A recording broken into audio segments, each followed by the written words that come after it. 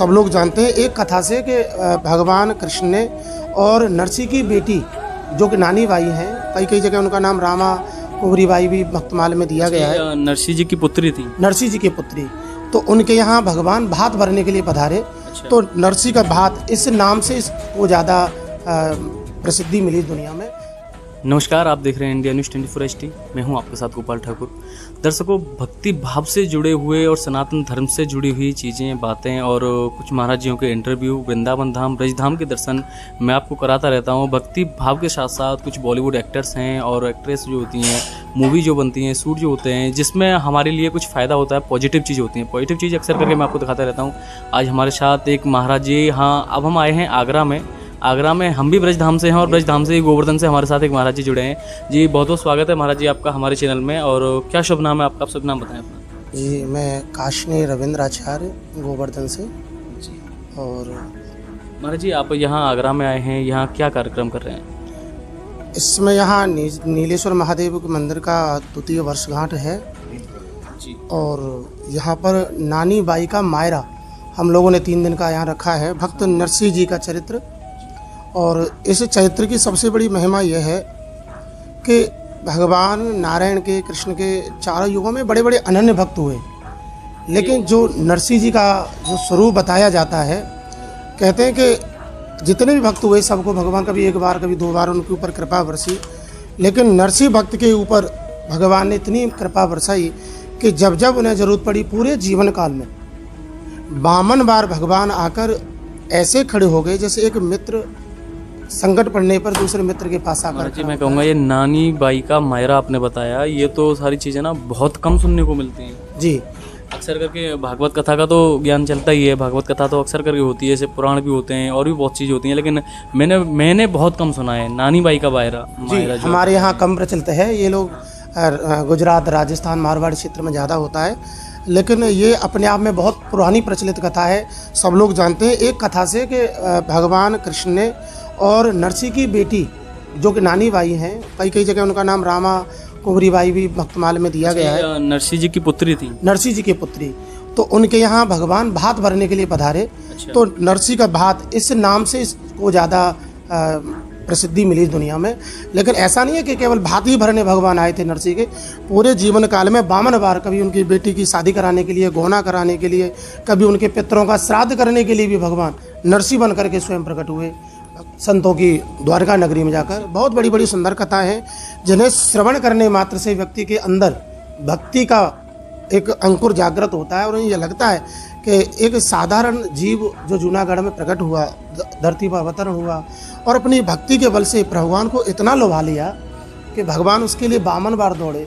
तो कम से कम 52 बार नहीं तो कम से कम 2 बार भी अगर वो दौड़ आया तो भी जीव का बस समझ लो उद्धार है। अच्छा, इस कथा का मुख्य उद्देश्य क्या होता है? इस कथा को कैसे दर्शाया जाता है और लोगों तक आप किस तरह पहुंचाते हैं? देखो, इसमें इस कथा को लोगों तक जोड़ने का केवल यही अभिप्राय रहता है कि भगवान की कथा हम सुनते हैं। भगवान ने भी स्वयं कहा है भागवत में, गजेंद्र हाथी का पैर ग्राह ने पकड़ा, भगवान ने ग्राह को मारा, गजेंद्र को उबारा। तो भगवान ने गजेंद्र को कहा था कि देख, तुमने मुझको पुकारा तो मैंने तुझे नहीं देखा, तेरे पैर पकड़ने वाले को देखा। तुमसे पहले मैंने तुम्हारे जो चरण को पकड़े था उसको उद्धार किया। तो कहने का मतलब भगवान कहता है कि मेरे जो भक्ति कर रहा है शायद मैं उसको बाद में देखूंगा, जो मेरे भक्त का संग कर रहा है, या ये कहो कि जो मेरे भक्त के चरण पकड़े हुए, मैं भक्ति से पहले उसका उद्धार कर देता हूँ। तो इस समय हम लोग भगवान के भक्त की कथा सुन रहे हैं। तो भगवान की कृपा है, भगवान अपने भक्तों पर शायद इतनी कृपा जल्दी नहीं करते, जो भक्त के भक्त पर कृपा भगवान जल्दी करता है। तो वही इस भाव से हम लोग इस कथा में हैं और इस भक्ति पथ में लोगों को जोड़ने का प्रयास कर रहे हैं। महाराज जी, जैसा मैं आपसे एक चीज़ और पूछूंगा, वो दोबारा से पूछ रहा हूँ मैं आपसे, इस कथा का जैसा मुझे कुछ शॉर्ट सा बताइए, क्योंकि कथा कितने दिन की होती है, पहले उसके बारे में बताएं। यहाँ पर जो कथा रखी गई है वो 3 दिन की है। वैसे कथा कितने दिन में होती है? ऐसे हम लोग, ये तो अपनी श्रद्धा के ऊपर है। अच्छा। कथाएं कभी छोटी बड़ी नहीं है, तो अपनी क्षमता पे निर्भर करता है। वैसे हम लोग नानी बाई का मायरा 4 दिन में करते हैं, लेकिन यहाँ 3 दिन का सौभाग्य मिला है। मैं चाहूँगा आप नानी बाई का मायरा जो है हमारे दर्शकों को शॉर्ट समझाएं कि इसमें मुख्य चीज़ क्या दर्शाई गई है और किस तरह से इस कथा में है। देखो आज ये जो कथा होने वाली है वो प्रमुख कथा है नरसिंह के भात की। कल नरसिंह का जो जीवन काल 5 वर्ष तक वो गूंगे और बहरे भी रहे, कानों में श्रास नहीं सुन पाए, लेकिन भगवान की कृपा से शिव आराधना के द्वारा भगवान ने स्वयं उनकी वाणी और श्रवण शक्ति को खोला। भगवान ने उनके ऊपर आकर कृपा की। उसके बाद भगवान ने स्वयं उनका विवाह कराया। उन्हें शिव कृपा से रास का भी दर्शन वृंदावन में हुआ, राधा माधव की भक्ति प्राप्त होने हुई। उस भक्ति को पाकर वो अपने गांव दौड़े और गांव में आकर उन्होंने अनन्य भक्ति का प्रचार किया, लोग उनसे जुड़े। उसी कथा में ये आज जो भात की कथा होने वाली है, आज ही वो कथा रहेगी, तो जिसमें भगवान का जो भक्त है, जब उनके बेटियों को सताया गया और ये कहा गया कि तेरे पिता तो एक संत है, भिखारी है, वो क्या भात देगा, तो उसको तो पत्र का भी नहीं दे रहे थे। लेकिन बेटी जब रोई कि नहीं मेरा पिता, मेरा भाई, उनको आना चाहिए, तो उन्होंने चिढ़ कर के वो ऐसी पत्री बनाई कि नरसिंह भक्त आ ही नहीं पाए। इतना सब कुछ मांगा उन्होंने भात के जरिए, पत्रिका के जरिए, लेकिन वो पत्रिका उन्होंने भगवान को सौंप दी कि आप जानो, मैं आपका हूँ, आप जानिए।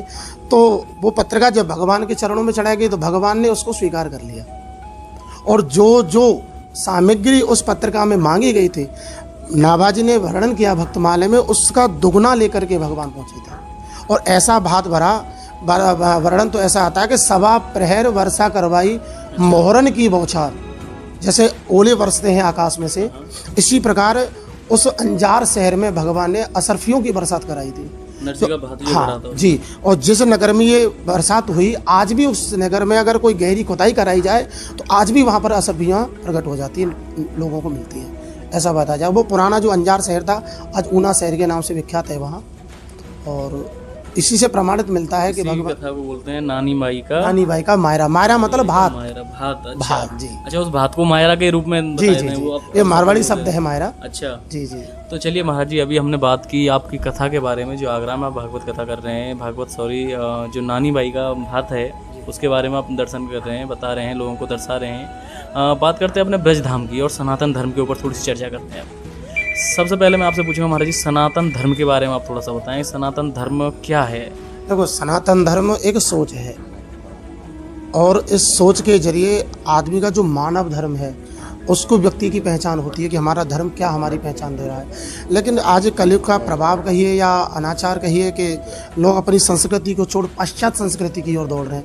हम लोगों का प्रयास है इस व्यास गद्दी से बैठकर कि इस व्यास गद्दी पर बैठकर हम लोग धर्म से लोगों को जोड़ें, कथा के जरिए हम बताएं कि हम लोग क्या हैं, हमारा धर्म क्या है। लोग क्या धीरे धीरे संस्कृति से हट के जा रहे हैं। शिव पूजा से, अब श्रावण का मास चल रहा है, इसमें शिव पूजा प्रधान है, हम लोग उसकी महिमा कथा के द्वारा बता रहे हैं जिससे कि लोग जुड़ें। हम गिरिराज जी की परिक्रमा का, वृंदावन बिहारी जी के दर्शन का क्या लाभ है, इन लोगों को कथा के द्वारा हम लोग बता रहे हैं। इससे क्या है कि सनातन जो धर्म है हमारा, ये आदिकाल काल से, उससे पहले कोई धर्म नहीं था, ये सब इस धर्म की ही देन है। इसी से सारे अंग प्रत्यंग अलग अनन्य धर्मों के रूप में निकले हैं, इससे हम बदल नहीं सकते, बाकी दुनिया कुछ भी कहे। और सत्य ही सनातन है, जो सत्य है वही सनातन है। सत्यम शिवम सुंदरम, इसके बारे में बताया, आपने बताया सत्यम शिवम सुंदरम, इसको जो सत्य है वही शिव है। अच्छा, और जो शुभ ही है वही चराचर विश्व में समाया। अच्छा, सनातन धर्म के बारे में, सनातन धर्म में बोलते हैं 33 कोटि देवी को कोटि कहा जाता है, उसके बारे में आपने बताया। हाँ, ये प्रकार के देवता हैं जिसमें मनु और ये सब प्रकार की व्यवस्था बनाई गई है। जो भगवान ने जिस प्रकार से सनातन धर्म की व्यवस्था को समझाया तो उसमें प्रकार दिए, कोटि नहीं है। ये कोटि से लोगों को थोड़ा सा भ्रम पैदा कर दिया गया। करोड़ नहीं, वो कोटि का मतलब एक संस्कृत शब्द है, एक शब्द के अनेक अर्थ निकलते हैं। अब कौन किस प्रकार से समझ ले, बस यही थोड़ा सा भ्रम पैदा हो जाता है। वरना हमारा जो धर्म है हमेशा व्यक्ति को जोड़ना सिखाता है, तोड़ना नहीं सिखाता। बस यही सबसे बड़ी पहचान है हमारे धर्म की। व्यक्ति को एक सनातन धर्मी ऐसा है जो सबको जोड़ता है और सबके लिए कुछ ना कुछ पॉजिटिव मिलता है, सबके लिए खुले हाथों से खड़ा हुआ, कोई भी आए सबको स्वीकार करता है, सबको स्वीकार करता है। अच्छा, हमारे तो मथुरा वृंदावन ब्रज धाम में अद्भुत लीलाएं भी होती रहती हैं, और सनातन धर्म में हमारे यहाँ भगवानों ने जन्म लिया, कृष्ण जी जन्मे, शिव जी हैं, और सभी लीलाएं हैं वो सनातन धर्म में ही हैं। सारी भगवान से रिलेटेड जितनी भी लीलाएं वो सनातन धर्म में ही है। और सबसे बड़ी विशेषता है कि अब इस समय हमारे यहाँ श्रावण भादों का महीना चल रहा है। अभी हरियाली तीज निकल के गई, हमारे ठाकुर जी बहुत सुंदर एक स्वर्ण हिंडोले में विराजमान हुए। स्वर्ण हिंडोले में जी, स्वर्ण हिंडोले में अभी आपने दर्शन किए होंगे टीवी, हाँ जी, बिहारी जी के। और उधर बरसाने में बड़ा सुंदर इस समय चल रहा है, और भादों का महीना होगा, संपूर्ण जगत में सबको विख्यात है, कृष्ण जन्माष्टमी मनाई जाएगी। आज भी हमारे यहाँ बताते हैं कि वृंदावन में है जो निधि वन है, वहाँ भी स्वयं बिहारी जी आते हैं लीला करने के लिए। निधिवन में जितनी भी वृक्षावली है वो सब गोपी स्वरूप है। जब रास की समय होता है तो सारे पशु पक्षी जीव जंतु वहाँ से पलायन कर जाते हैं। वही रहता है जिसके अंदर गोपी भाव है। जिसके अंदर गोपी भाव नहीं होगा वो रास के समय, रात्रि के समय और वहाँ विराजमान नहीं रहता। और जितने भी वहाँ पर वृक्ष हैं वो सब गोपी स्वरूप में बदल जाते हैं। राधा कृष्ण आज भी हमारे नित्य रास में निधिवन में विराजमान है। जी, इस पे तो बहुत रिसर्च हुई है, बहुत लोगों ने, बड़े बड़े टीवी चैनल वालों ने, नशा वालों ने, बहुत लोगों ने आगे रिसर्च किया है, लेकिन वहाँ किसी को कोई भी चीज़ ऐसी नहीं पाई कि उसे वो झुठा सकें। जो सच है उसको स्वीकार करना पड़ेगा। सच है, स्वीकार करना पड़ेगा। बताते हैं 7 ताले लगाए जाते हैं निधिवन में, और 7 तालों के अंदर वहाँ श्रृंगार रखा जाता है मेरी राधा रानी का और मेरे बिहारी जी का। तो वो श्रृंगार भी फैला हुआ पाता है। बताते हैं बिहारी जी के लिए दातुन रखते हैं और एक लोटे में जल भोग प्रसादी के लिए लड्डू वगैरह भी रखे जाते हैं। सब पाए हुए मिलते हैं। जल झूठा मिलता है, आधा मिलता है, दातन करी हुई मिलती है, श्रृंगार जो सेज होती है वो बिखरी हुई मिलती है 7 तालों के अंदर। बिल्कुल बिल्कुल कुछ नहीं, एकदम आज भी वही है जो पहले से अनादिकाल से चला रहा है। वृंदावन भगवान का प्रेम स्थल है, ठीक है ना। अच्छा, अभी आपने सब लोगों ने एक भजन बहुत पहले ही सुना होगा, वृंदावन का कण कण बोले श्री राधा राधा। और इसी चीज़ पे मैं आपको एक बताऊंगा, एक सोशल मीडिया पर काफ़ी अच्छी तरह से एक वीडियो वायरल हो रही है जिसमें वृंदावन में एक छोटी सी चिड़िया है, वृंदावन के एक आश्रम में, वो हरे कृष्ण बोल रही है। जैसे उच्चारण करते हैं वो सुबह शाम आती है। मैं आपको वीडियो दिखाऊंगा महाराज जी, आपने नहीं देखी हो तो, और अपने दर्शकों को भी दिखाऊंगा साथ में ही। एक चिड़िया है, उससे वहाँ जो आश्रम में पर डे आती है और बोलते हैं उसे हरे कृष्णा, तो वो रियलिटी में उस आवाज़ को बोल रही है हरे कृष्णा।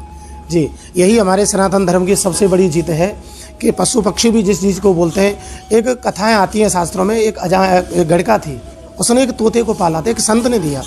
उस गड़का ने संत के शरण लेकर कहा कि मैंने बड़े पाप किए, मैं कैसा उद्धार होगा। तो उन्होंने कहा कि तू केवल एक तोता अपने पास रख और इसको राम राम रटाया कर। तो वो तोता को राम राम रटाया करती, तो धीरे धीरे वो तोता राम राम बोलने लगा। और जो उस गड़का का अंत काल आया तो उसके मुख से राम नाम नहीं निकला, लेकिन तोते ने मरते समय उसको राम नाम सुनाया तो उसका उद्धार हो गया।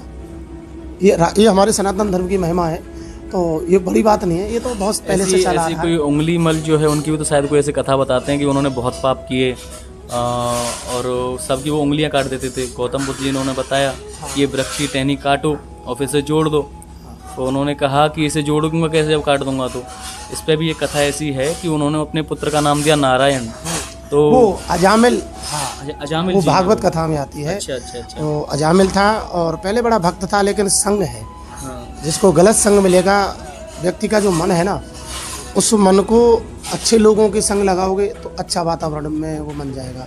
गलत लोगों का संग मिलेगा तो वो उसी प्रकार से मन दूषित होता चला जाएगा। तो त्रिकाल संध्या करने वाला था, बहुत सुंदर कथा गड़का इस अजामिल की रहती है भागवत में। तो पहले बड़ा सनातन धर्म को मानने वाला था, लेकिन गड़का के संग के कारण उसका मन दूषित हो गया। लेकिन संतों ने उसको उसके बेटे का नाम नारायण रखने की दीक्षा दी, उसने स्वीकार किया। और मरते समय उस पुत्र को लाड़ से वो अपने बेटे का नाम लेता था, नारायण नारायण। तो मरते समय उसके मुख से नारायण नाम निकल गया, और नारायण नाम निकलने के कारण उसका उद्धार हो गया। क्यों? अंत मति सुगति। सनातन धर्म के भगवान हैं, भगवानों का नाम लेते ही मरते समय लेने, या फिर हम जीवित हैं, अरे जीते जी नाम लीजिए आपका उद्धार हो जाएगा। मरते समय लेंगे तो फिर उद्धार निश्चित ही है ना। जो जिनके तन मन में राम हैं, तन मन में भगवान हैं सनातन धर्म में। सनातन धर्म के लिए देखो विदेशों से लोग आते हैं, करोड़ों भक्त आते हैं, लाखों भक्त आ रहे, बिहारी जी दर्शन करते हैं। जो विदेशों से आ रहे हैं या हमारे सनातन धर्म को स्वीकार कर रहे हैं, विदेशों में हमारी पुस्तकें पढ़ाई जाती हैं, संस्कृति भागवत कथा पढ़ाई जाती है, और हमारे देश में हमें देखने को ऐसा मिलता है कि भागवत कथा को बहुत युवा हैं वो डाउन में दे रहे हैं, पढ़ते ही नहीं। देखो सबसे बड़ा आज हमारा दुख का कारण भी यही है कि हमारा जो सनातन धर्म है, जो भारत में पूरी तरह से, लेकिन अपने देश में और इस कन्वेंट स्कूल में जाकर बच्चे अपनी संस्कृति को खो रहे हैं। ना माता पिता के पैर छूना, ना किसी अपने का आदर करना, सब अपनी संस्कृति को छोड़कर पाश्चात्य की ओर भाग रहे हैं। और पाश्चात्य वाले वो हमारे सनातन धर्म को अपना रहे हैं। अच्छा महाराज जी, मैं जो बात कह रहा हूँ उसे कोई भी दर्शक मेरा गलत वे में ना ले। मैं कह रहा हूँ आजकल गुरुकुलों में भी ना शिक्षा भागवत कथा के बारे में दी तो जाती है, लेकिन ये दी जाती है कि आप कथा करो, भागवत करो और पंडिताई कर लो। लेकिन अच्छे से जो सनातन धर्म के बारे में पहले जो गुरुकुलों में पढ़ाया जाता था, मुझे नहीं लगता नहीं कि नहीं, ऐसा आज भी पढ़ाया बहुत जाता से है। गुरुकुल है। आज मैंने भी अध्ययन किया है गुरु पाठशाला रमणीति में। आपने कभी दर्शन किया हो वहाँ? तो ऐसा वहाँ नहीं है। वहाँ मैंने वहाँ रह कर के वहाँ पाठशाला में अध्ययन किया, 5-6 साल में वहाँ रहा। तो वहाँ अपनी पूरी संस्कृति से हमको अवगत कराया गया। मैं बहुत छोटा था वहाँ गया, तो इस बात को तो मैं हर जगह के लिए तो नहीं कहूँगा, लेकिन हाँ कुछ जगह है कुछ जगह है जहाँ केवल उसको धर्म को केवल अर्थ से जोड़ करके लोग देख रहे हैं। पंडिताई के लिए ही बस बताया बस जाता बस है कि आप बस एक कथा कीजिए। लेकिन सबको नहीं कह सकते। नहीं सर, मैंने कुछ ही कहा है, मैंने सबको नहीं कहा सबको नहीं कह उसमें। और उसके बारे में मैंने पहले ही बोला कि कोई उसे गलत वे में ना ले, क्योंकि जो है वो है, कुछ जगह ऐसी भी है। लेकिन बस मैं यही कहना चाहूँगा कि सनातन धर्म हमारा जिससे बच रहा है उस कर्म को हमको करना चाहिए, सनातन क्योंकि धर्मो रक्षत रक्षत। आज हम धर्म की रक्षा करेंगे तो कल हमारी धर्म पहचान बनेगा। अगर धर्म ही नहीं रहा तो फिर हमारा क्या है? हम लोगों को भी नष्ट हो जाना है। हमारे सर, मैं वृंदावन में रहता हूँ। वृंदावन में मैंने देखा कि तमाम ऐसे लोग हैं जो पैसे की कोई कमी नहीं है, अंधा पैसा उन पर, लाखपति हैं, करोड़पति हैं, वो अपना घर परिवार त्याग के हरे कृष्ण जप रहे हैं बस। Only ऐसे लोग हैं जो अपना करोड़ों का बिजनेस छोड़ करके, नौकरियां छोड़ करके, केवल सब कुछ छोड़कर एक सादगी से एक वस्त्र में बैठ करके भजन कर रहे हैं। हमारे गोवर्धन में वृंदावन बड़े बड़े अच्छे घरानों के लोग, अच्छे जवान लड़के जवान लड़कियां जिनको पैसा कमाना चाहिए, जिनसे हम बात करते हैं, इंटरव्यू लेते हैं। सर मैं एक चीज कह रहा हूँ, जो हम उनसे बात करते हैं, इंटरव्यू लेते हैं उनके, तो बताते हैं कि सर पैसा, घर परिवार सब कुछ छोड़ दिया हमने, हमें बस कृष्ण चाहिए और राधा चाहिए, बिहारी जी चाहिए। वो कहते हैं ना, लाग गई फिर लाज का। जब प्रभु से जो स्नेह हो जाए ना, फिर दुनिया की ये जो सुंदरता दिखाई दे रही है ना, ये सब उनके सामने फीकी है। उस रस के आगे सब कुछ फीका है। बस एक बार लगन लगनी चाहिए। एक बार जब लगन लगती है ना, एक बार वो हाथ पकड़ ले, फिर व्यक्ति को कुछ लगन तुमसे लगा बैठे जो होगा देखा जाएगा। चलिए दर्शकों, अभी हमारे साथ महाराज जी थे, काफ़ी अच्छा हमारा इंटरेस्टिंग इंटरव्यू रहा है। हमने काफ़ी अच्छी उनसे बात की है और सनातन धर्म को हम जगाने की कोशिश करते हैं। और आपको हम बहुत सारे इंटरव्यू जो पॉजिटिव हैं, कुछ महाराज जी हैं, अभी अनुरुद्धाचार्य जी का भी इंटरव्यू हमने दिखाया था आपको, और महाराज जी लगातार हम आपको इंटरव्यू दिखाते रहते हैं, ब्रज धाम के मंदिरों के भी दर्शन कराते रहते हैं। आप लोग हमारे साथ जुड़े रहिए और हमें कमेंट करके बताइए कि आपको हमारे ब्रज धाम से किस मंदिर के दर्शन चाहिए और किन